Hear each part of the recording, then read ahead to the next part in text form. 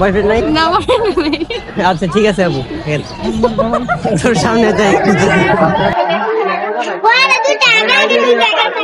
Hey guys, welcome back to the fresh new vlog. আর আজকের ব্লগটা হচ্ছে আমি যাব নারায়ণগঞ্জের সোনারগাঁও জাদুঘরে। আর সেই জাদুঘরে যাবো, কিভাবে যাব আমি দেখাবো আপনাদেরকে, ফুল প্রসেসটা দেখাবো আপনারা কিভাবে ঢাকা থেকে আসবেন। আর এই জাদুঘরটা হয়েছে ঢাকা থেকে প্রায় 24 কিলোমিটার দূরে এই জাদুঘর। আপনারা যদি কাশপুর থেকে আসেন তাহলে ভাড়া নেবে 20 টাকা। আর আজকে এখন আর বেশি কথা বলবো না, এখন যাবো ডাইরেক্ট অটো স্ট্যান্ডে। আর ওইখান থেকে কত ভাড়া নিবে আমি ওইটা আপনাদেরকে দেখাবো। আর আমার সাথে যাবে দুইজন, এই যে দুইজন আমি চিনি না ঠিক, তাদের সাথে যাব, তারা আমাকে চিনিয়ে নিয়ে যাবে। তো এখন আমরা আছি অটো স্ট্যান্ডে, আর অটো স্ট্যান্ড থেকে চলে যাবো ডাইরেক্ট জাদুঘরে, ঠিক আছে। আর এখানে যাওয়ার জন্য আমরা প্রথমে অটো তুলবো, এই যে অটো, এটাতে আমরা 3 জন যাচ্ছি। আর তো দেখাচ্ছি জাদুঘরের সামনে গিয়ে, চলো। আমি সামনে বই নাকি, তো দেখতে থাকেন পুরো ভিডিওটা। আমরা এখন জাদুঘরের সামনে যাব। সোনারগাঁও জাদুঘর বাংলাদেশের লোক ও কারুশিল্প ফাউন্ডেশনটি সোনারগাঁও জাদুঘর হিসেবে পরিচিত। রাজধানী ঢাকা থেকে মাত্র 24 কিলোমিটার দূরে। সোনারগাঁও এক সময় মসলিনের জন্য সারা বিশ্ব জুড়ে বিখ্যাত ছিল। মসলিনের বিকল্প জামদানি শাড়ি সরাসরি তৈরি করতে দেখা যাবে কারুপল্লবীর ভিতরে। এখানে দেখার মতো রয়েছে লোক ও কারুশিল্প ফাউন্ডেশন জাদুঘর এবং ফাউন্ডেশন চত্বর। লেক ঘেরা ফাউন্ডেশন চত্বরে রয়েছে কারুপল্লু, নৌকা, ভ্রমণ ও টিকিট কেটে মাছ ধরার সুযোগ সুবিধা। কারুশিল্প ফাউন্ডেশন প্রবেশ মূল্য মাত্র 10 টাকা, আর বিদেশি পর্যটকদের জন্য 100 টাকা। আর আপনারা যদি বিকাল 5টার পরে ঢোকেন তাহলে আপনার জন্য ফ্রি। তো আমরা এখন যাবো জাদুঘরের ভিতরে, গেটের ভিতরে। তো দেখি কেমন বিড়াবিড়ি। আর টিকিট বলতে 5টার পরে ফ্রি হয়ে যায় সবকিছু। আর এখন মেবি সিরিয়াল ধরতে হবে আর কি। এটা হচ্ছে টিকিট কাউন্টার, এখন টিকিট বন্ধ, 5টার পরে সব ফ্রি। আর এখন যাবো আমরা 3 জনে জাদুঘরের ভিতরে, সিরিয়াল অনেক। চলো কি বলে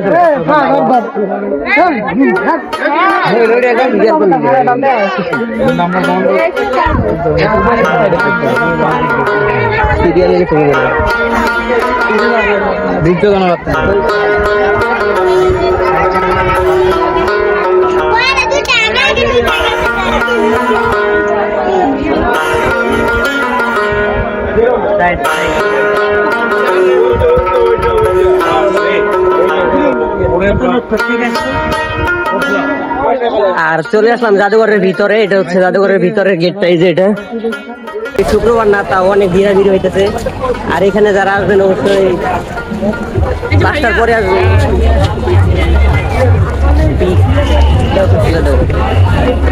আর জাদুঘরে ঢোকার পরে আপনারা সামনে পাইবেন যে একটা আছে বড় সর্দার বাড়ি। এটা হচ্ছে বড় সর্দার বাড়ি। তো এটার ভিতরে ঢুকলে 100 টাকা টিকিট লাগে আর কি। তো এটার ভিতরে আর ঢুকবো না, এটা বাইরে থেকে অনেক সুন্দর। দাঁড়ান ভাই, তো এখন আমি সামনে চলে যাবো।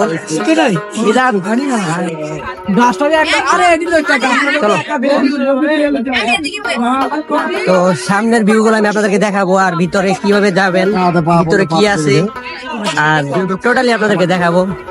এই জাদুঘরটা মেবি 1975 সালে, এই সোনারগাঁও জাদুঘরটি 1975 সালে এখানে প্রতিষ্ঠাতা করা হয়। বাংলাদেশ লোক ও কারুশিল্প জাদুঘর। তো আর বেশি কথা না বলে চলেন সামনে আগাই। তো দেখতে থাকেন। লোকদর্শক একটা মেলা হচ্ছে এখানে, 2024 সালের একটা মেলা হচ্ছে। তো আমি সামনে আসার পর দেখলাম একটা আপু এখানে ছবি তুলতেছে। তো আপুকে জিজ্ঞেস করি ফিলটা কেমন। তো আপু এখানে আসার পরে ফিলটা কেমন হয়েছে আপনার বলেন? হ্যাঁ ভাই, অনেক ভালো লাগতেছে। আমি প্রতিবারই আসি, এখানে হয় মেলা। এখানে কার সাথে আসছেন? আমি একাই আসছি ঘুরতে। বয়ফ্রেন্ড নাই? না বয়ফ্রেন্ড নেই।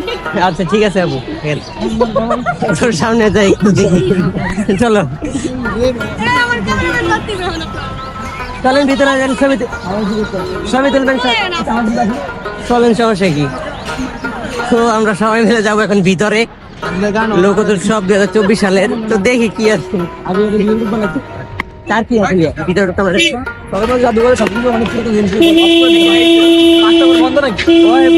বন্ধ নিয়ে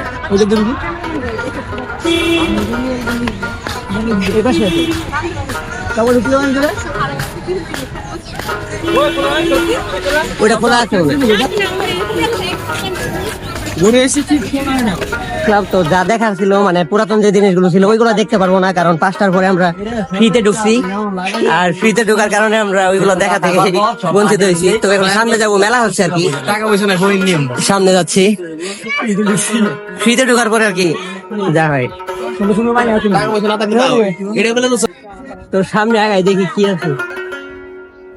তো সামনে অনেক সুন্দর সুন্দর মানে জায়গা আছে, তো ওইগুলাই দেখাবো। এখানে ছবি তুলতেছে মানুষ, এখানে সবাই ছবি তুলতেছে, বিয়ের হলুদ থেকে ধরে সব। এই যে এখানে রেডি। তো আমরা এখন মেলার ভিতরে ঢুকবো। এটা হচ্ছে লোক লোক কারুশিল্প মেলা, ঠিক আছে? এই যে লোক কারুশিল্প মেলা। তো দেখতে থাকেন পুরো ভিডিওটা, আমি দেখি ব্লগ।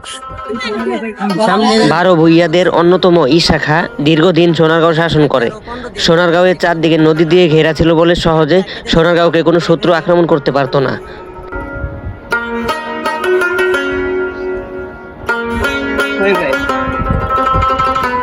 দেখে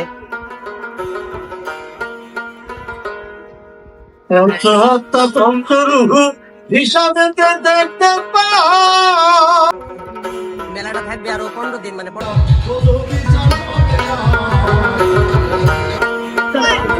চলো চলো।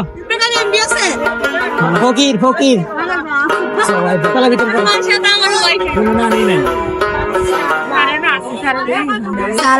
আমি আর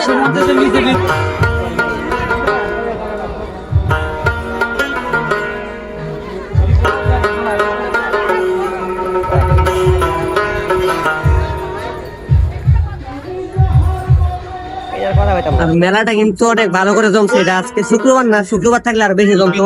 আর এটা হচ্ছে কর্মরত কারুশিল্প প্রদর্শনী, যেটা এটার ভিতরে আর কিছু আছে দেখার মতো।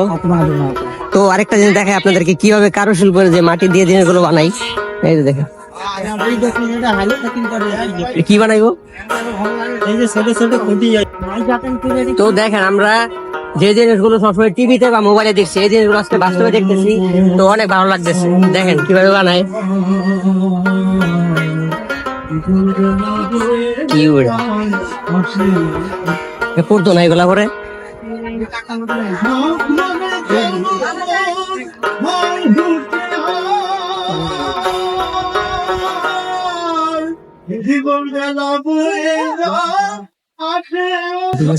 তো এখন আমরা যাব ঝালমুড়ি খাবো, দেখি কত টাকা নেয়। ঝালমুড়ি কত বাবা? ঝালমুড়ি কত করে? 20 টাকা। 10 টাকা করে হইবো না? জি না, তাহলে 3টা দিয়ে নাম করে। ও সেই সুস্বাদু। তো বাড়ি কোথায়? বাড়ি আমগর। তো দেখি ঝালমুড়ি খায় কেমন লাগে। তো 20 টাকা করে 60 টাকা বানাবে 3 জনের জন্য, 20 টাকা করে না? তো দেখি। হ্যালো মামা, হ্যালো, কেমন লাগতেছে? ভাই পেজ আছে নাকি? এই তো আমি খামি ছোট ভাই, ছোট ফেসবুক পেজ দেখানো। তো দেখি এই যে ঝালমুড়ি। তো ভাই মুড়ি খাওয়ার ফিলিংস কেমন বলেন? ফিলিংস কেমন? সেই সব না? ধরো একটু একটা দেই।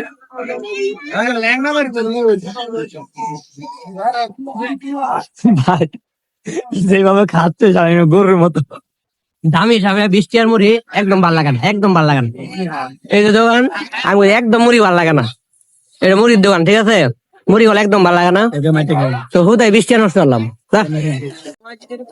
তো গাইস আজকের ভিডিওটা আর বেশি বড় করবো না। আর আজকে বেশি কিছু দেখাতে পারি নাই, কারণ আমরা 5টার পরে ফ্রিতে ঢুকছিলাম মেলার মধ্যে জাদুঘরে। আর জাদুঘরের বিষয়ে আমি অনেক কিছু বলছি।